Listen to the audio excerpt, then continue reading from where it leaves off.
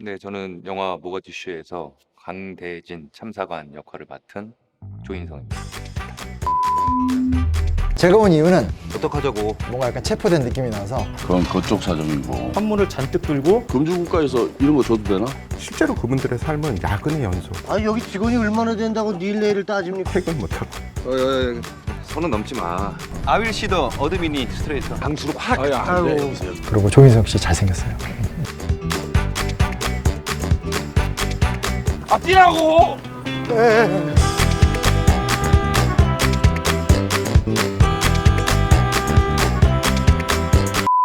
제가 온 이유는 최근에 흥행 굉장히 뜨겁게 열풍을 불고 있는 모가디슈라는 영화가 있어서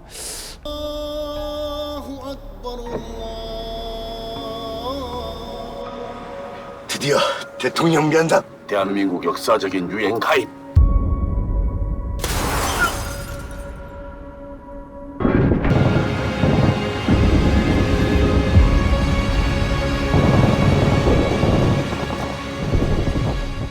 그 91년 때 소말리아 내전 당시에 있었던 사회 혼란, 그리고 그곳에서 우리만이 아니라 남한과 북한이 같이 겪었던 어떤 일화를 바탕으로 만든 영화이기 때문에 그 안에서 보여주는 남북 간의 관계, 외교의 관계, 국제 관계 뭐 이런 얘기를 싹 잡아서 얘기를 해보려고요. 특별한 전문가를 두 분을 모셨거든요. 그래서 아주 좀 수준 있는 대화가 되지 않을까 기대를 하는데 들어오시죠. 네. 네, 안녕하세요. 네. 안녕하세요. 예, 안녕하세요. 저는 국립외교원에서 아프리카를 담당하고 있는 김동석입니다. 특히 이제 아프리카의 안보 이슈에 이제 관심을 가지고 있습니다. 안녕하세요. 저는 태상호라고 하고요. 군사 전문 기자도 하고요. 종군 기자도 했었고 이런 문화 콘텐츠의 군사 자문을 하고 있고요.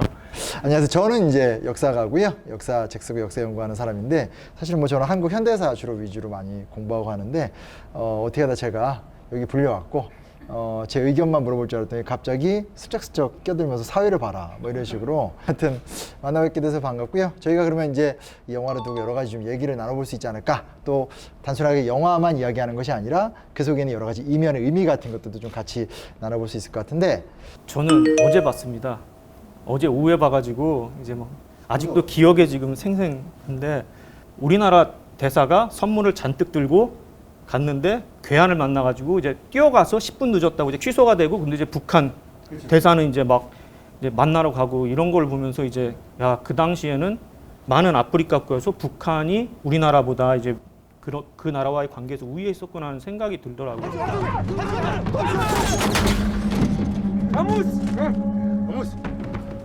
뭐 어째? 어떻게 잡은 대통령 면담인데? 일단 뛰어. 아, 뛰라고! 우리는 당신들 남조선보다 20년이나 앞서서 개고생하면서 이 아프리카 기반 닦아왔어. 우리나라는 1987년에 수교했거든요. 소말리아. 북한은 1960년대 수교했고 그 바레 대통령이 1972년에 북한에서 훈장받았어요. 우리나라가 이제 70년대부터는 비동맹 국가들과 관계를 강화해서 노력을 하기 시작해가지고 이제 우리가 알고 있는 그 나이지리아, 가나, 수단, 리비아 다 80년대, 70년대 말에 수교를 했어요. 그리고 소말리아가 87년, 그리고 이제 서울올림픽 이후에 탄자니아, 잠비아, 짐바브웨 이런 국가들, 사회주의 국가들하고 수교를 했죠. 예. 그런 게 굉장히 좀 사실적으로 잘 그려졌다. 그냥 북한이 있으면 우리도 가야 되는 그런 경쟁 게임 같이 벌어집니다. 그래서 얼마나 재미난 상황이 벌어지냐면 북한이 가 있으면 우리가 가야 되고 북한이 안 가 있어도 우리가 가야 되고. 저도 동의를 하고요. 사실 남북 간의 이제 외교전이 치열했던 게 이제 1960년대 이제 아프리카 국가들이 대거 독립을 합니다. 그러면서 유엔에서 총회에서 이제 한 표씩이잖아요. 영향력이 엄청나게 강해져요.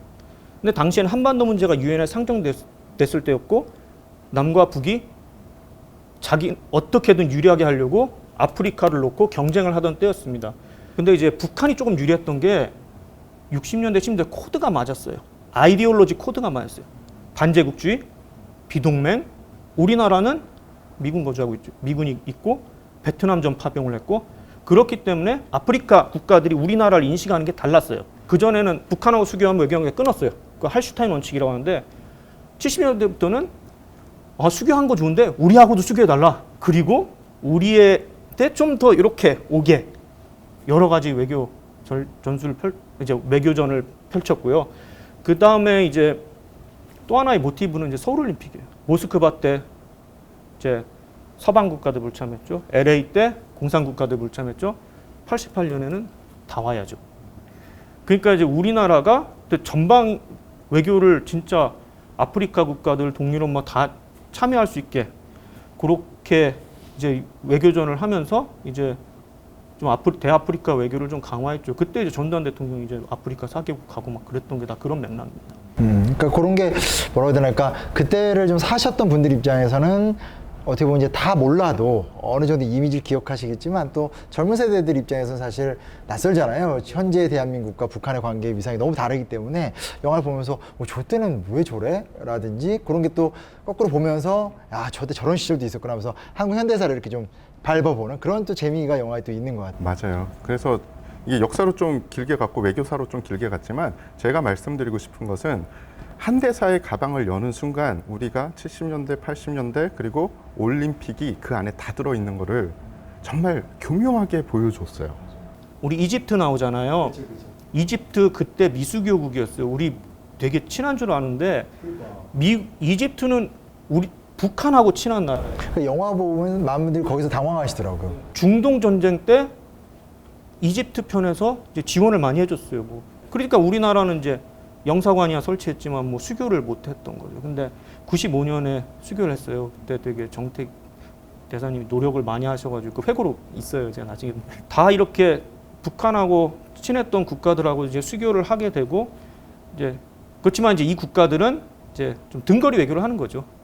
예. 우리나라는 이제 경제적으로 좀 발전하고 그러니까 우리나라의 경제개발 모델을 좀 본받자마요. 아프리카에 군사 교관을 파견한다라든지 원조 같은 거 진행한다든지 하면서 진짜 아프리카랑 북한은 참 인연과 연관이 깊은 것 같아요. 벌써 그렇게 상대가 강한 영향력을 행사하는 그곳에 거기에 가가지고 다시 돌파를 해야 된다는 게 그분들이 그때 당시에 얼마나 힘들었을까 그런 생각도 하게 됐어요.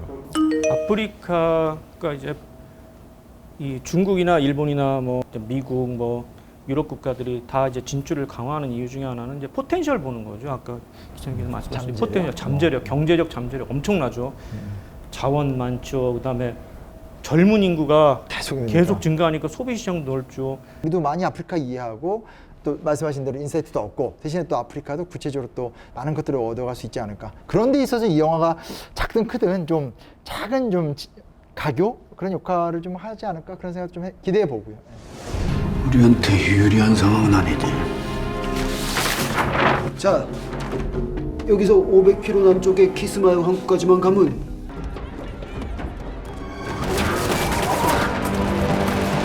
뭐 여러 가지 이제 하고 있습니다. 뭐 코로나 19 해가지고 그러니까 좀 심한 지역에서 이제 교민들 귀국시키기 위해서 수송기도 보내고 뭐 태스크포스 같은 거 조직해서 파견하고 뭐 여러 가지 이제 그런 일을 하고 있습니다. 우리는 일반적으로 모르지만 해외에서 한국 사람이 문제가 터졌을 때 생각보다 되게 긴밀하게 관계 부처들이 활동을 하고 움직이는 걸 봤어요. 근데 그걸 다 보도를 못할 뿐이에요. 예. 심지어 제가 몇 가지 사건에는 관여한 적이 있습니다. 왜냐하면 그 지역을 잘 아니까. 그런데도 이 정도로 움직이고 있구나 이런.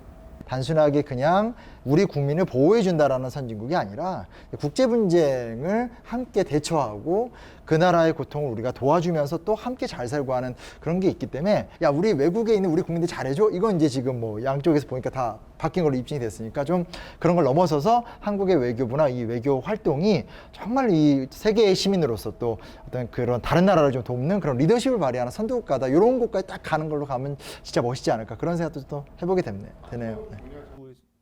조인성이 막 전향을 시키려고 막 이렇게 막 여권 막 찍고 막 그런 의도는 없었다 그러더라고요. 그래서 오히려 그러니까 영화가 창조물이기 때문에 그러니까 기본적으로 영화는 영화일 뿐이고 맞아요. 오히려 영화이기 때문에 우리 시대의 메시지를 더 강렬하게 드러낸다는 장점이 있고 이 영화가 그런 면에서 굉장히 매력적인 거죠.